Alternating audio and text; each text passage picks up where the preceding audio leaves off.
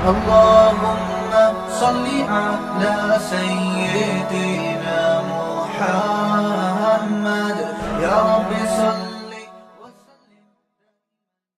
بسم اللہ الرحمن الرحیم. آج انشاءاللہ میں آپ کے سامنے سورہ یونس کا رکوع نمبر 9 اور 11ویں پارے کا رکوع نمبر 14 اس کی تفسیر انشاءاللہ میں سٹارٹ کروں گا. اس رکوع کا لفظی ترجمہ مختصر گرامر کے ساتھ ہو چکا تھا. ہم تفسیر شروع کرتے ہیں. اعوذ باللہ من الشیطان الرجیم. بسم اللہ الرحمن الرحیم. فما آمن لموسیٰ الا ذریۃ من قومہ علی خوف من فرعون وملئہم ان یفتنہم. اس سے پہلے جو رکوع تھا اس میں نوح علیہ السلام کا واقعہ مختصراً بیان ہوا تھا اور پھر موسیٰ علیہ السلام کا واقعہ اللہ نے شروع کیا اور بات یہاں تک پہنچی تھی پچھلے رکوع میں کہ جادوگروں کا موسیٰ علیہ السلام سے مقابلہ ہوا اور اللہ نے جادوگروں کو شکست دی. اب قرآن کہتا ہے فما آمن لموسیٰ الا ذریۃ من قومہ.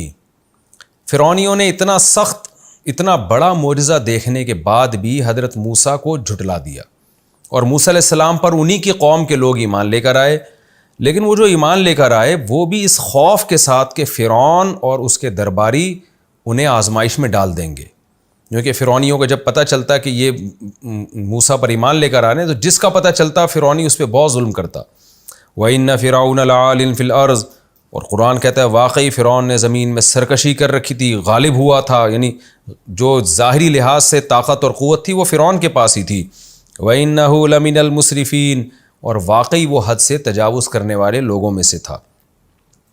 اب جب بنی اسرائیل پر ظلم بڑھا ہے اور فرعونیوں نے اور زیادہ ظلم کرنا شروع کر دیا بنی اسرائیل کے ایمان لانے کے بعد، تو موسیٰ علیہ السلام نے اپنی قوم کو اللہ پہ اعتماد اور توکل کی ترغیب دی. توکل کا کیا مطلب ہوتا ہے؟ بھئی زمین کے ظاہری نقشوں کو مت دیکھو، اسباب کو مت دیکھو.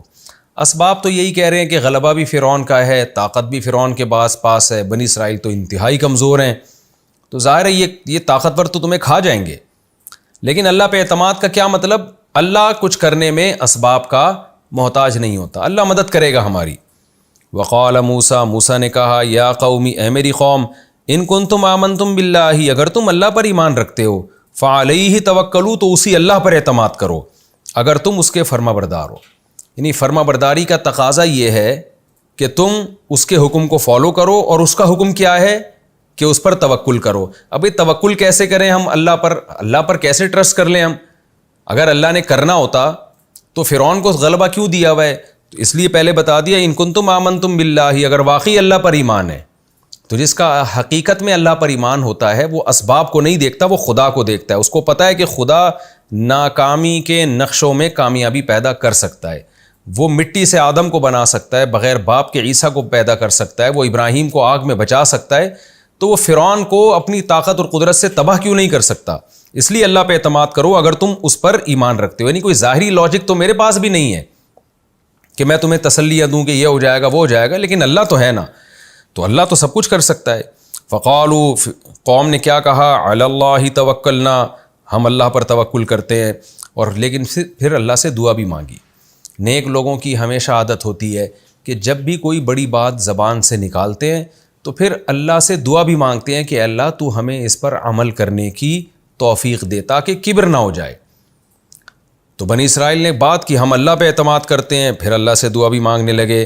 ربنا اے ہمارے رب لا تجعلنا فتنہ. ہمیں تو آزمائش نہ بنا للقوم الظالمین. ان ظالم لوگوں کے لیے ہمیں اس مصیبت سے نکال دے تو. ونجنا برحمتک. اور اپنی رحمت سے ہمیں نجات دے دے من القوم الکافرین. کافر قوم سے. اب فرعون کے مظالم چونکہ شروع ہو چکے تھے، بنی اسرائیل کی عادت تھی مسجدوں میں نماز پڑھنے کی. مصر میں جب حضرت موسیٰ علیہ السلام کی حضرت یوسف علیہ السلام آباد ہوئے ہیں نا، تو حضرت یوسف کی حکومت تھی، تو ظاہر ہے عبادت گاہیں جیسے مشرکین کی ہوا کرتی تھیں تو اہل اسلام کی بھی ہوتی ہوں گی. اور پچھلی امتوں میں حکم یہ تھا کہ مسجد ہی میں نماز ہوگی، کیونکہ صحیح حدیث ہے رسول اللہ صلی اللہ علیہ وسلم نے فرمایا کہ اللہ نے مجھے پچھلے پیغمبروں پر 7 چیزوں میں فضیلت دی ہے. ان 7 چیزوں میں نبی نے ایک چیز یہ بھی بیان کی کہ جعلت لی الارض کلھا مسجدا، میرے لیے ساری زمین مسجد بنا دی گئی ہے. یعنی مسجد کے علاوہ بھی میں کہیں نماز پڑھوں گا تو نماز ہو جائے گی، گویا پوری زمین ہی اللہ نے مسجد بنا دی ہے. لیکن پچھلی امتوں میں یہ حکم نہیں تھا. تو اب کیونکہ فرعونی بڑے ظلم کر رہے تھے. وہ جب کسی کو مسجد میں جاتا ہوا دیکھ لیتا فرعون اور اس کے درباری، اس کی جو بھی ان کی خفیہ ایجنسیاں ہوں گی وہ دیکھ لیتی تو اس کو پکڑ لیتی، اس کو مارتی. تو موسیٰ علیہ السلام کو اللہ کہتے ہیں ہم نے وحی کی، وَأَوْحَيْنَا إِلَىٰ مُوسَىٰ وَأَخِيهِ، ہم نے موسیٰ اور اس کے بھائی کو وحی کی. کیا وحی کی؟ أَن تَبَوَّآ لِقَوْمِكُمَا، کہ تم دونوں ٹھکانہ بنا دو اپنی قوم کے لیے، بمصر، مصر میں، بیوتاً گھروں کو، وَاجْعَلُوا بُيُوتَكُمْ قِبْلَةً، اور اپنے گھروں ہی کو قبلہ بنا لو. یعنی گھروں میں ٹھکانہ پکڑو، زیادہ روڈوں پہ مت گھومو، گھر سے باہر مت نکلو. فتنہ ہوتا ہے تو گھر کے اندر انسان اپنے آپ کو محفوظ گمان کرتا ہے. رہا مسئلہ کہ نماز کے وقت میں مسجد کیسے جائیں، کوئی بات نہیں، کیونکہ خوف ہے تمہیں گھر میں نماز پڑھنے کی اجازت دی جاتی ہے کہ تم گھروں ہی کو قبلہ بنا لو. تو یہ خوف کے وقت تو اللہ نے اجازت دے دی ان کو، لیکن نارملی حکم یہی تھا پچھلی امتوں میں کہ مسجد ہی نماز ہوگی. تو اب گھروں کو تم نے قبلہ بنانا ہے، وَأَقِيمُوا الصَّلَاةَ، اور وہاں نماز تم نے قائم کرنی ہے. نماز چھوڑنے کی تمہیں کسی قیمت پہ اجازت نہیں ہے، اتنے خوف کے باوجود بھی. وَبَشِّرِ الْمُؤْمِنِينَ، اور مومنین کو خوشخبری دے دو. یعنی دونوں سے الگ الگ اللہ نے کہا، موسیٰ سے بھی ہارون سے بھی، کہ جو ایمان لانے والے ان کو خوشخبری سنا دو کہ عن قریب اللہ کی مدد آئے گی، ابھی تم چھپ کے نمازیں پڑھو. پھر جب فرعونی کے ظلم بہت زیادہ بڑھ گئے تو موسیٰ علیہ السلام ایک دن تنگ آ گئے، اور تنگ آ کر حضرت موسیٰ نے دعا مانگی. وہ کیا دعا تھی؟ قال موسیٰ ربنا، موسیٰ نے کہا اے ہمارے رب، انک آتیت فرعون، بے شک تو نے دیا ہے فرعون کو، وملأہ، اور اس کے درباریوں کو جو سرکاری لوگ ہیں ان سب کو، زینتاً، بڑی زینت دی ہے. جب یہ روڈ پہ نکلتے ہیں لوگ بڑی حسرت سے ان کو دیکھتے ہیں، ان کے لباس کو، ان کی سواریوں کو، ان کے رہن سہن کے اسٹائل کو. آج بھی یہ اسٹائل دنیا کو تباہ کرتا ہے، گمراہ کرتا ہے. غریب آدمی کیا کرتا ہے؟ مالدار آدمی کی دولت اور عیاشی دیکھتا ہے، اس کے بھرم دیکھتا ہے اور اس کا پروٹوکول دیکھتا ہے، اور پھر اسی کو فالو کرنا شروع کر دیتا ہے.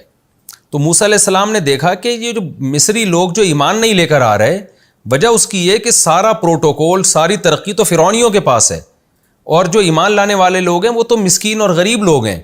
تو یہ دولت ہے جو رکاوٹ بن رہی ہے دین کی طرف آنے میں. آج بھی لوگ ترقی یافتہ قوموں کو دیکھتے ہیں نا، کہ اگر زنا بری چیز ہے تو انگریز کیوں کرتے ہیں؟ والدین کو اولڈ ہاؤس میں جمع کرانا بری چیز ہے تو ترقی یافتہ قومیں انگریز کیوں کرتی ہیں؟ نماز چھوڑنا اگر بری چیز ہے تو انگریز تو سارے نماز چھوڑتے ہیں، تو پڑھتے ہی نہیں نماز. اللہ رسول پر ایمان اگر اتنا ضروری ہے تو جاپانی اور جیپنیز کیوں ایمان نہیں لے کر آ گئے، فرانسیسی کیوں ایمان نہیں لے کر آ گئے، حالانکہ تو دنیا کی بڑی ترقی یافتہ قومیں ہیں. تو یہ انسان کی ایک قسم کی فطرت ہے کہ وہ اپنے سے اعلیٰ لوگوں کو فالو کرتا ہے، اگرچہ اس کو یقین کیوں نہ ہو جائے کہ یہ اعلیٰ لوگ غلط دین پر ہیں. یہی کام فرعون کے ساتھ ہو رہا تھا اور بنی اسرائیل کے ساتھ ہو رہا تھا. اس لیے موسیٰ علیہ السلام نے دعا مانگی، اے میرے رب، اے ہمارے رب، تو نے فرعون اور اس کے درباریوں کو دنیا میں زینت کا مطلب ایک خوشنما زندگی اور مال دیا ہے دنیا میں. اے ہمارے رب، لیضلوا عن سبیلک، یہ اس لیے ہے تاکہ یہ لوگوں کو گمراہ کریں. اس مال سے اور زینت سے یہ تباہ کر رہے ہیں لوگوں کو. تو نے کیا کرنا ہے؟ ربنا اطمس علی اموالہم، اے اللہ ان کے مالوں کو نیست و نابود کر دے. واشدد علی قلوبہم، دوسری بات یہ کہ تیرا قاعدہ یہ ہے کہ جب بھی کوئی موت سے پہلے ایمان لے آتا ہے تو معاف کر دیتا ہے. لیکن فرعونی نے اتنے ظلم کیے ہیں کہ اگر یہ ایمان لے آیا تو یہ جو بنی اسرائیل کا اس نے خون کیا اور عذاب میں ڈالا ہوا ہے ان کو، تو معاف کر دے گا، لیکن ہمارے انتقام کے جذبے کی تسکین نہیں ہوگی. تو نے بڑی مہلت دی ہے فرعون کو، اب ایمان لے آئے، لیکن یہ نہیں لے کر آیا. تو اب میں تجھ سے گزارش کرتا ہوں کہ تو اس کے دل پر ایسی مہر لگا دے کہ اب یہ ایمان لانے کی اس کو توفیق ملے ہی نہیں، اب جہنم اس کا مقدر بن جائے، تاکہ اس کو سزا تو ملے جو کچھ یہ دنیا میں کر رہا ہے. تو واشدد علی قلوبہم، ان کے دلوں پر مہر لگا دے. فلا یؤمنوا، پھر یہ ایمان ہی نہ لے کر آئیں. حتی یروا العذاب العلیم، جب تک کہ دردناک عذاب نہ دیکھ لیں. اور ظاہر عذاب دیکھنے کے بعد ایمان کا فائدہ نہیں ہوتا. تو یعنی موسیٰ علیہ السلام دو بد دعائیں کر رہے ہیں کہ اس کے مال کو تباہ کر دے اور جہنم اس کا مقدر بنا دے. اب مجھے یہ شوق نہیں ہے کہ فرعونی مسلمان ہو جائیں، پہلے تو میری چاہت تھی کہ یہ ایمان لے آئے، اب میری چاہت ہے کہ ایمان نہ لے کر آئے، اس سے ہمیں تو نجات دے، اس کو تباہ و برباد کر دے. تو موسیٰ علیہ السلام نے یہ جو بد دعا دی نا، دیکھنے میں تو بد دعا لگ رہی ہے، پیغمبر تو بڑے رحم دل ہوتے ہیں، لیکن یہ بد دعا اصل میں ان لوگوں کو بچانے کے لیے جن کو فرعون گمراہ کر رہا ہے. اور بعض لوگ اس پر یہ بھی اشکال کرتے ہیں کہ موسیٰ علیہ الصلاۃ والسلام جو تھے وہ اتنی بد دعا کر لیتے کہ بھئی فرعون کا مال ہلاک ہو جائے، کیونکہ اس مال کی وجہ سے لوگ گمراہ ہو رہے ہیں، تو مال ہلاک ہوگا تو لوگ بھی گمراہی سے بچیں گے. تو یہ بد دعا کرنے کی کیا ضرورت تھی کہ فرعون کے دل پہ مہر لگ جائے اور اس کو ایمان کی توفیق ہی نہ ملے. تو دیکھیں پیغمبر کوئی بھی ناقص نہیں ہوتے، پیغمبر اخلاق کے سب سے اعلیٰ معیار پر ہوتے ہیں. ظالم کے خلاف ایک خاص درجے میں جا کے ایک خاص جب اس کا ظلم بڑھتا ہے تو اس ظالم سے نفرت کا پیدا ہو جانا یہ بھی آپ کے اچھے اخلاق کی ایک دلیل ہے. آج بعض لوگ بڑے براڈ مائنڈڈ بنتے ہیں کہ ظالم سے کبھی نفرت نہ کرو اور ظالم سے ہمیشہ اس کے لیے اچھا جذبہ رکھو. یہ ڈائلاگ کہنے کی حد تک تو ٹھیک ہیں، لیکن پریکٹیکل لائف میں ایسا نہیں ہوتا. آپ جیسے ظالم کے ظلم سے نفرت کرتے ہیں، اصولی طور پر تو یہی بات درست ہے کہ ظالم کے ظلم سے نفرت کرو، ظالم سے نہیں کرو. ہو سکتا ہے اس میں کوئی خوبی بھی ہو، لیکن جب ظلم حد سے بڑھتا ہے اور ایک آدمی کی خامیاں خوبیوں پر غالب آ جاتی ہیں اور خوبیاں نہ ہونے کے برابر رہ جاتی ہیں، تو اس کے ظلم سے نفرت کی وجہ سے عین ظالم سے بھی نفرت ہوگی آپ کو. اور پھر آپ کے لیے آپ کا اس کے خلاف بد دعائیں کرنا یہ عین فطرت کی دلیل ہے، عین اس کی دلیل ہے کہ آپ بااخلاق ہیں. تو موسیٰ علیہ السلام میں غیرت تھی، حمیت تھی، اپنی قوم پہ ظلم ہوتا دیکھ رہے تھے نا، کس طرح سے فرعون نے کتنے لوگوں کو کاٹ دیا تھا، کیسے بچوں کو ماؤں کی گودوں سے چھین کے ذبح کر رہا تھا، اور کیسے بنی اسرائیل کو ایمان سے روک رہا تھا، اور اس کی وجہ سے اور بھی بہت سے لوگ ایمان نہیں لے کر آ رہے تھے. تو ایسے موقع پہ موسیٰ علیہ السلام کے دل میں فرعون کی نفرت کے جذبات پیدا ہو جانا یہ بالکل نیچرل ہے، اور یہ فطرت سلیمہ پر قائم ہونے کی دلیل ہے. کیونکہ وہ جانتے تھے کہ اللہ غفور الرحیم ہے، ایسا نہ ہو فرعون نے موت سے 2 دن پہلے ایمان لے آئے اور اللہ سب کچھ بخش دے. تو جہاں اللہ انتقام لینا چاہتا ہے، ہم بھی چاہتے ہیں کہ انتقام لیا جائے اس سے. تو جیسے اللہ عزیز ذو انتقام ہے، تو ہم بھی چاہتے ہیں کہ اللہ انتقام لے فرعون سے. تو اور اپنے قاعدے کو بنیاد بنا کے اللہ کہیں بخش نہ دے فرعون کو. اس لیے موسیٰ علیہ السلام نے یہ دعا نہیں مانگی کہ اللہ یہ ایمان لے بھی آئے تو اس کو بخشنا نہیں، کیونکہ پتہ تھا موسیٰ علیہ السلام کو کہ اللہ کا وعدہ سچا ہے، ایمان لائے گا تو اللہ تو لازمی بخشیں گے. یہ تو اللہ سے کہلوائے نہیں جا سکتا کہ فرعون ایمان بھی لے آئے اور پھر بھی بخشش نہ ہو. اس پہ تو اللہ مانے گا نہیں، کیونکہ اللہ کا اٹل فیصلہ ہے، جو بھی عذاب دیکھنے سے پہلے ایمان لے آئے گا، موت کے غرغرے سے پہلے ایمان لے آئے گا، کتنا بڑا کافر کیوں نہ ہو اللہ اس نے بخشنا ہے. اور کتنا بڑا گنہگار کیوں نہ ہو، 99 انسانوں کا قاتل کیوں نہ ہو، اگر موت سے پہلے توبہ کر لے گا تو اللہ 100 انسانوں کے قاتل کو بھی بخشے گا. تو حضرت موسیٰ کو پتہ تھا کہ اگر میں اللہ سے یہ مطالبہ کرتا ہوں کہ اللہ فرعون ایمان لے آئے پھر بھی تو اس کو عذاب دینا، یہ مطالبہ اللہ میرا کبھی پورا نہیں کرے گا. ہاں یہ مطالبہ میں کر سکتا ہوں کہ ایمان کی توفیق ہی نہ دے اس کو. تو اس لیے موسیٰ علیہ السلام نے یہ اللہ سے دعا مانگی. قرآن کیا کہتا ہے؟ قال قد اجیبت دعوتکما، اللہ نے کہا تم دونوں کی دعا میں نے قبول کر لی ہے. اچھا، اس سے پچھلی آیت میں ذکر ہے کہ صرف موسیٰ نے دعا مانگی تھی، لیکن اگلی آیت میں اللہ کیا کہہ رہا ہے؟ اے موسیٰ اور ہارون تم دونوں کی دعا قبول کر لی. اس سے پتہ چلتا ہے دعا موسیٰ نے مانگی تھی، مگر اس پر آمین حضرت ہارون علیہ السلام نے بھی کیا تھا، آمین کہا تھا، تو وہ حضرت موسیٰ کی بھی دعا بن گئی. اس لیے قرآن ان کو دونوں کی دعا کہہ رہا ہے. یا حضرت ہارون اس پہ راضی بھی تھے، دعا موسیٰ نے مانگی، حضرت ہارون اس دعا پہ راضی تھے، یا حضرت ہارون نے آمین کہا، تو اب وہ دونوں کی دعا بن گئی. اس لیے قرآن کہتا ہے تم دونوں کی دعا قبول کر لی گئی. فاستقیما، پس اب تم سیدھے راستے پہ قائم رہو اور ان لوگوں کے راستے کو فالو مت کرو جو علم نہیں رکھتے، جو جہالت کے راستے پر چل رہے ہیں. پھر کیا ہوا؟ وجاوزنا ببنی اسرائیل البحر، ہم نے بنی اسرائیل کو دریا پار کرا دیا. فاتبعہم فرعون، فرعون نے ان کا پیچھا کیا. وجنودہ، اور فرعون کے لشکروں نے بھی. جند کہتے ہیں لشکر کو، جنود اس کی جمع آتی ہے. اس سے پتہ چلتا ہے ایک لشکر نہیں تھا فرعون کے ساتھ، مختلف مصر کے قبائل، مختلف قوموں، سب کو لے کے بہت سارے لشکر بنا کے جا رہا تھا وہ.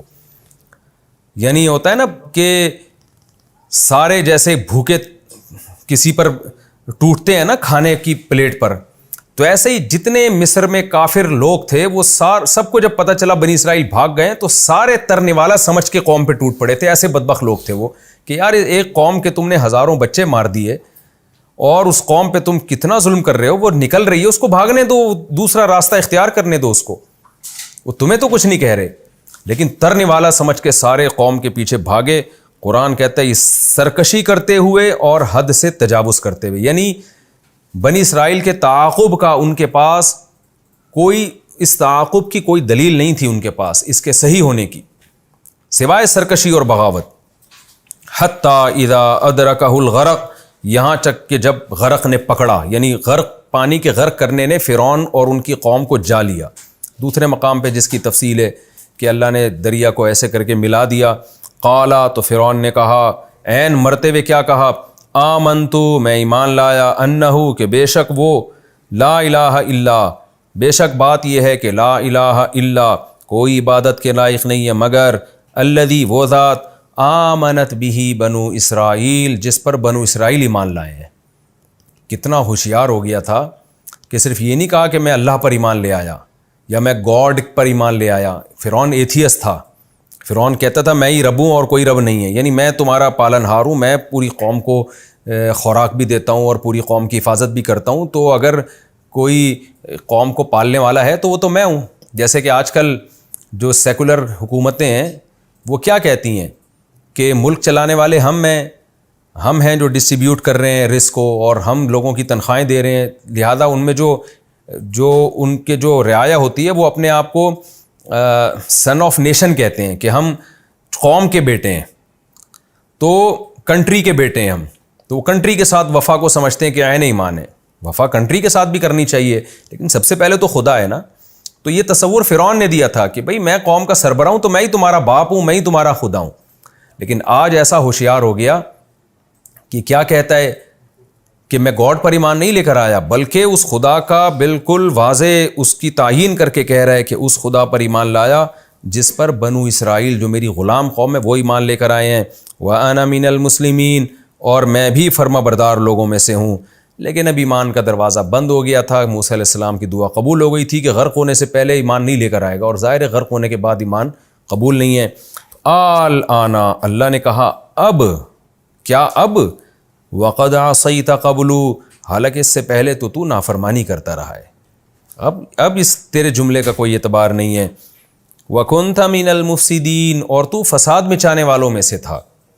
فَالْيَوْمَ، آج کے دن، نُنَجِّيكَ بِبَدَنِكَ، ہم تیرے جسم کو نجات دے دیں گے، اس پانی سے نکالیں گے، یعنی تجھے دگنا عذاب ہوگا، ایک آخرت کا تو ہوگا ہی، لیکن ایک تو عبرت کا نشان بنے گا تیری لاش قیامت تک آنے والے لوگوں کے لیے۔ لِتَكُونَ لِمَنْ خَلْفَكَ آیا، تیری جسم کو ہم نکال لیں گے تاکہ تو بعد والوں کے لیے ایک نشانی بن جائے، ہر اس شخص کے لیے جو تیرے بعد آنے والا ہے، مرد ہو یا عورت ہو، نشانی بن جائے کہ زمین پر کیسا روب اور کیسا دبدبا تھا اس شخص کا، کتنی مہلت دی اللہ نے اس شخص کو، لیکن دیکھو اتنا بڑا بادشاہ کیسے موت کے جھٹکے سے وہ تباہ و برباد ہوا۔ وَإِنَّ كَثِيرًا مِّنَ النَّاسِ، اور بے شک بہت سارے لوگ، عن آیاتنا لغافلون، ہماری نشانیوں سے غافل ہیں۔ واقعی بہت سارے لوگ اللہ کی نشانیوں سے غافل ہیں، خاص طور پر آج جو ایجوکیشن کی فیلڈ سے تعلق رکھنے والے لوگ ہیں نا، جو اللہ کی نشانیاں سب سے زیادہ دیکھتے ہیں، وہی سب سے زیادہ اللہ کی نشانیوں سے غافل ہیں۔ تو یہ رکوع بھی ہمارا کمپلیٹ ہوا، اس کا خلاصہ میں مختصر لفظوں میں بیان کر دیتا ہوں۔ اللہ تعالیٰ نے سب سے پہلے موسیٰ علیہ السلام کی قوم کی قسم پرسی بیان کی اس رکوع میں، کہ فرعون کے خوف سے ایمان لے کر آئے تھے، اور موسیٰ علیہ السلام نے اپنی قوم سے کہا کہ اللہ پہ اعتماد کرو، توکل کرو۔ ہمیں اس میں کیا سبق ملتا ہے؟ بھائی ہم نے شریعت پہ چلنا ہے، غیر مسلموں کی طاقت، غیر مسلموں کی سائنس اور ٹیکنالوجی میں مہارت اور ان کی زمین میں گھومنے پھرنے سے ہم نے متاثر نہیں ہونا کہ وہ آسمان میں خلائی سیارے چھوڑ رہے ہیں، چاند پہ قدم رکھ رہے ہیں، ان چیزوں سے متاثر نہیں ہونا۔ ہاں ٹیکنالوجی میں تو ہم نے بھی آگے بڑھنا ہے، وہ تو اللہ اور رسول کا حکم ہے، اس کے الگ دلائل ہیں، لیکن اس کی وجہ سے حق کے راستے کو نہیں چھوڑنا۔ تو اور کوئی آزمائشیں آئیں تو کیا کرنا ہے؟ وہی جو موسیٰ علیہ السلام نے قوم سے کہا تھا، بھئی اللہ پر ایمان ہے تو اس پر اعتماد کرو نا۔ اگر سب کچھ ظاہری اسباب سے ہی ہونا ہے تو پھر اللہ کا کیا مطلب ہے؟ مسلمان تو جب اسباب فیل ہو جائیں تو تسلی میں ہوتا ہے، اس لیے اسے پتہ ہے کہ میں ایسی ذات پر ایمان رکھتا ہوں جو کچھ کرنے میں اسباب کی محتاج نہیں ہے۔ دوسری بات اس میں یہ بھی پتہ چلا کہ شدید مجبوری میں گھر میں بھی نماز پڑھنے کی اجازت ہے۔ آج بھی یہی مسئلہ ہے، اس دور میں تو مسجد میں نماز کے علاوہ نماز ہوتی نہیں تھی، مگر جان کا اور شدید تکلیف کا خوف تھا، اس لیے اللہ نے بنی اسرائیل کو چھوٹ دے دی کہ گھروں میں نماز پڑھو۔ تو آج بھی اصل حکم تو یہی ہے کہ مرد کے لیے مسجد میں جماعت سے نماز پڑھنا واجب ہے۔ وہ نہیں پڑھے گا مسجد میں جماعت سے نماز، گناہ گار ہوگا۔ گھر میں پڑھے گا نماز ہو تو جائے گی، مگر گناہ ہوگا جماعت سے نماز چھوڑنے کا۔ لیکن اگر کوئی خوف ہے، کوئی مجبوری ہے، تو پھر آج بھی یہی حکم ہے کہ آپ گھر میں نماز پڑھ سکتے ہیں۔ غیر مسلم ممالک میں جہاں مسلمانوں پہ ظلم ہو رہا ہے، جیسے ہندوستان میں بہت ظلم کی خبریں آتی ہیں اہل اسلام پر، تو ایسی شدید مجبوری میں جان بچانے کے لیے ان کو بھی جہاں مجبوری ہوگی وہاں ان کو گھر میں نماز کی اجازت دی جائے گی، لیکن نماز چھوڑنے کی کسی قیمت پہ اجازت نہیں ہے۔ اس آیت سے بھی پتہ چلتا ہے کہ اتنی اللہ کی نظر میں اہمیت ہے۔ اللہ نے کہا کوئی بات نہیں، گھر میں چھپ کے نماز پڑھ لو۔ یہی حکم ان غیر مسلموں کا ہے جو چھپ کے ایمان لاتے ہیں۔ انہیں یہ خطرہ ہوتا ہے کہ اگر ہم اپنے ایمان کو ظاہر کریں گے تو ہمارے ماں باپ ہمیں ٹارچر کریں گے۔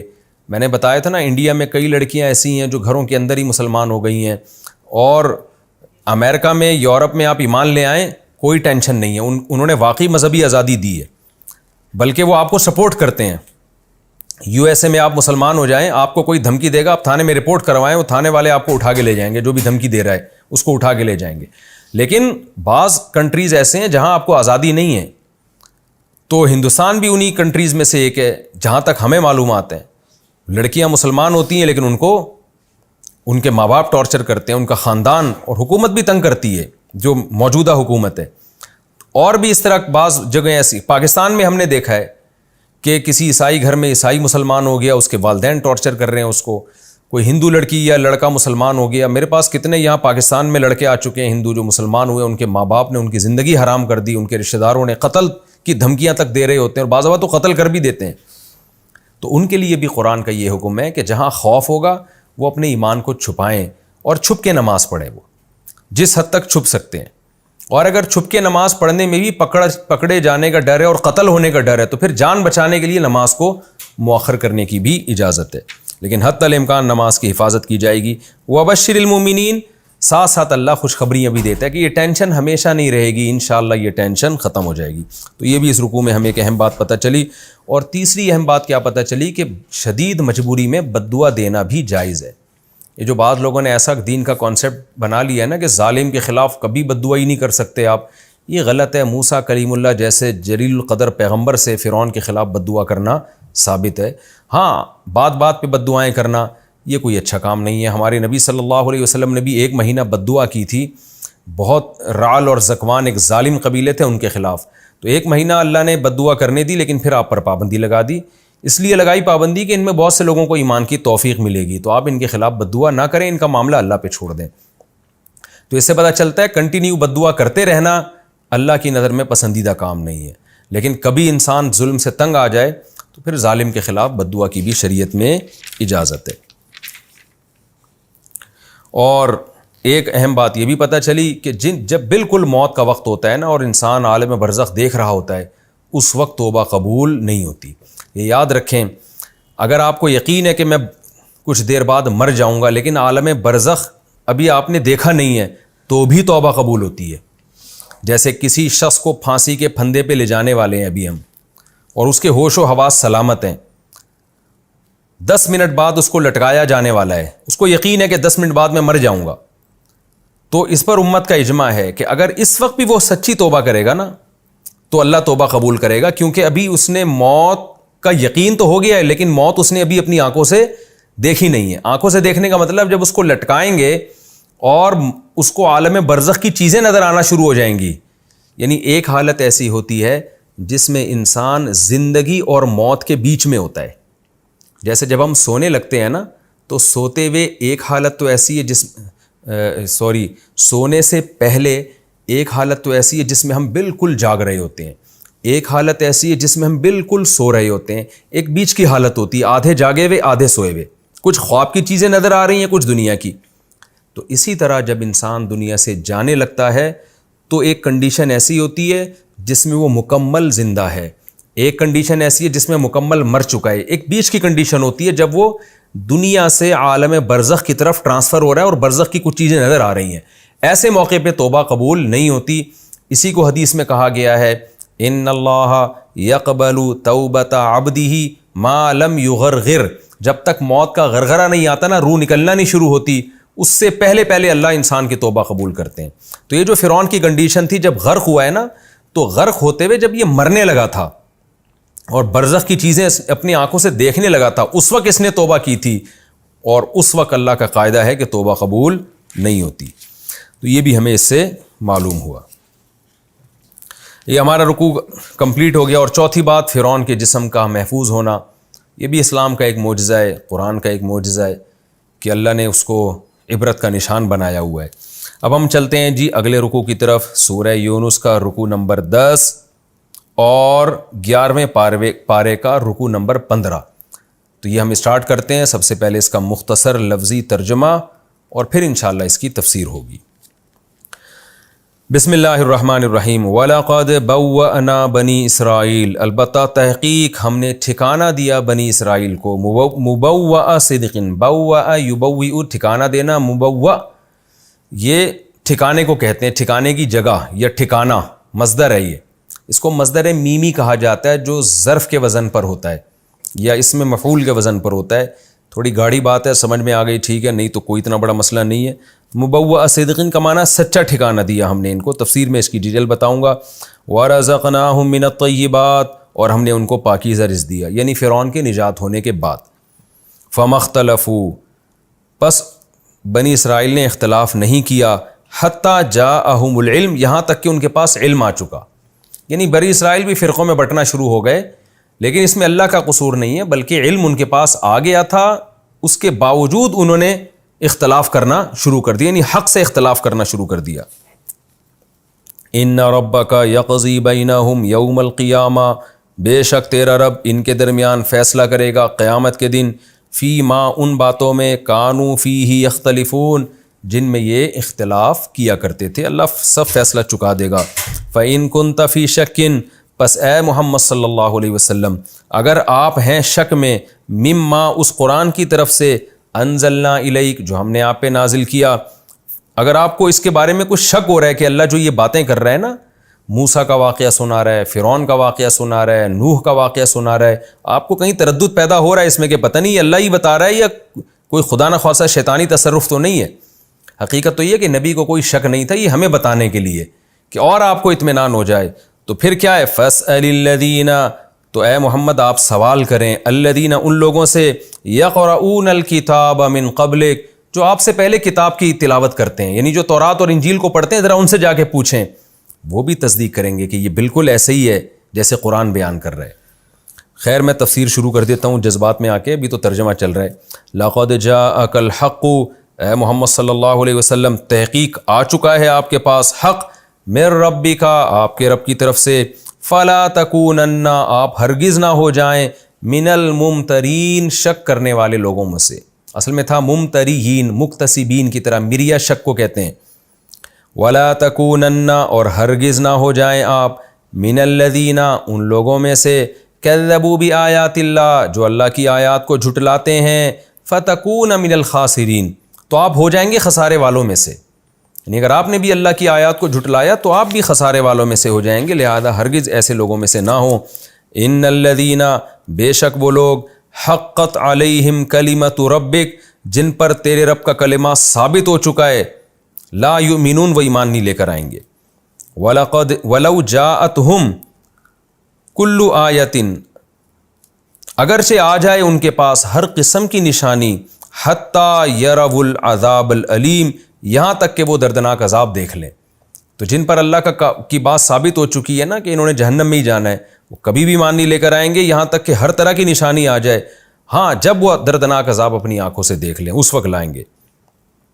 فلولا کانت قریۃ، لولا کا معنی ایسا کیوں نہ ہوا، کانت قریۃ، کوئی بستی ایسی کیوں نہ ہوئی، آمنت، کہ وہ ایمان لے آتی، فنفعھا ایمانھا، پھر اس کا ایمان اس کو فائدہ پہنچا دیتا، یعنی بستیوں میں ایسا کیوں نہ ہوا کہ وہ ایمان لے آتی اور ان کا ایمان ان کو فائدہ پہنچا دیتا، یعنی ہر پیغمبر کی ہر قوم نے مخالفت کیوں کی ہے، تو ساری بستیاں ایسے ہی ہیں کہ وہ ایمان نہیں لے کر آتی اور ایمان ان کو فائدہ نہیں پہنچاتا، تو یہ گویا ایک شکوہ ہے، یہ ترجمے میں اتنی تفسیر ضروری تھی اس لیے میں نے بتا دیا۔ فلولا، ایسا کیوں نہ ہوا، کانت قریتن کہ کوئی بستی ہوتی، آمنت جو ایمان لے آتی، فنفعہا ایمانہا پھر اس کا ایمان اس کو فائدہ پہنچا دیتا، تو ایسا کیوں نہیں ہوا؟ الا قوم یونس سوائے یونس کی قوم کے، یونس کی قوم ایسی تھی جو واقعی ایمان لے آئی۔ تو لما آمنو جب وہ یونس کی قوم ایمان لے کر آئی ہے، کشفنا عنہم ہم نے دور کر دیا ان سے عذاب الخزی فی الحیات الدنیا ذلت کا عذاب دنیاوی زندگی میں، دنیا میں ہم نے عذاب ان سے ٹال لیا، ومتعناہم اور ہم نے ان کو فائدہ پہنچایا، متع یمتع فائدہ پہنچانا، الی حین ایک وقت مقرر تک، یعنی ہم نے ان کو موت تک مہلت دے دی اور ان کا ایمان ہم نے قبول کر لیا۔ وَلَوْ شَاءَ رَبُّكَ اگر چاہتا تیرا رب، لَآمَنَ مَنْ فِي الْأَرْضِ تو ایمان لے آتا جو بھی زمین میں ہے، کلہم سب کے سب، جمیعاً سب کے سب، تیرا رب چاہتا تو کوئی بھی دنیا میں کافر نہ رہتا۔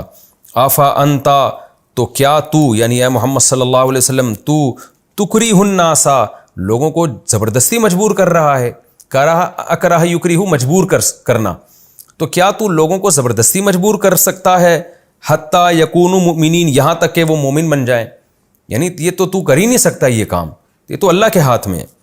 وما کان لنفس اور نہیں ہے کسی نفس کے لیے یہ بات، ان تؤمنا کہ وہ ایمان لے آئے، الا باذن اللہ مگر اللہ کے حکم سے، اللہ کا حکم ہوگا تو ایمان کوئی ذات لے کر آئے گی ورنہ ایمان نہیں لائے گی وہ۔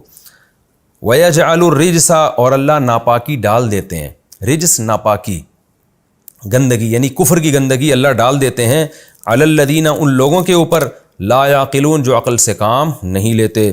قل انظروا ملا کے پڑھیں گے قل انظروا، اے نبی آپ ان سے کہہ دیجئے انظروا دیکھو، ماذا فی السماوات والارض کیا کچھ ہے آسمانوں میں اور زمین میں، ان چیزوں میں غور کرو۔ وما تغنی الآیات اور نشانیاں فائدہ نہیں پہنچاتی، والنذر اور ڈرانے والے بھی فائدہ نہیں پہنچاتے، نذیر کی جمع نذر، عن قوم ایسی قوم کو لا یؤمنون جو ایمان لانا ہی نہیں چاہتی ہے، ایسی قوم کو نہ نشانیاں فائدہ پہنچاتی ہیں نہ ڈرانے والوں کا ڈراوا فائدہ پہنچاتا ہے۔ فہل ینتظرون تو کیا یہ لوگ انتظار کر رہے ہیں، الا مثل ایام الذین خلو من قبل سوائے ان ایام کے مثل کا جو خلو کا معنی گزر چکے ہیں، من قبلہم ان سے پہلے، کیا یہ لوگ بھی کیا یہ انتظار نہیں کر رہے مگر ان ایام کا، ان جیسے ایام کا جو پہلے گزر چکے ہیں، یعنی انہی آفات کا یہ انتظار کر رہے ہیں۔ قل تو کہہ دیجئے فانتظروا تم بھی انتظار کرو، انی معکم من المنتظرین میں بھی تمہارے ساتھ انتظار کرنے والوں میں سے ہوں۔ ثم ننجی رسولنا پھر اس کے بعد ہم نجات دے دیتے ہیں اپنے پیغمبروں کو، والذین آمنوا اور ان لوگوں کو جو ایمان لائے، کذالک اس طرح سے جیسے اللہ بیان کر رہے ہیں، تفسیر میں اس کی ڈیٹیل آئے گی انشاءاللہ۔ حقا علینا ہم پر یہ بات لازم ہے، کیا ننجی المؤمنین ہم مومنین کو نجات دیں گے۔ یہ جناب سورہ یونس کا رکوع نمبر 10 اور 11ویں پارے کا رکوع نمبر 15، اس کا لفظی ترجمہ مختصر گرامر کے ساتھ ہو گیا۔ ہمارا وقت ابھی باقی ہے لیکن 5 منٹ میں پھر اس کی پورے رکوع کی تفسیر نہیں ہو سکے گی، تو انشاءاللہ ہم آج لیکچر تھوڑا 5 منٹ کم رکھ لیتے ہیں اور اگلے ایپیسوڈ میں انشاءاللہ میں اس رکوع کی تفسیر بیان کروں گا، یعنی سورہ یونس کا رکوع نمبر 10 اور 11ویں پارے کا رکوع نمبر 15، اس رکوع کا لفظی ترجمہ ہو چکا گرامر کے ساتھ۔ اگلے ایپیسوڈ میں اس رکوع کا میں انشاءاللہ اس کی تفسیر اسٹارٹ کروں گا میں آپ کے سامنے۔ اللہ تعالی ہمیں سمجھنے کی اور عمل کرنے کی توفیق عطا فرمائے۔ وما علینا الا البلاغ۔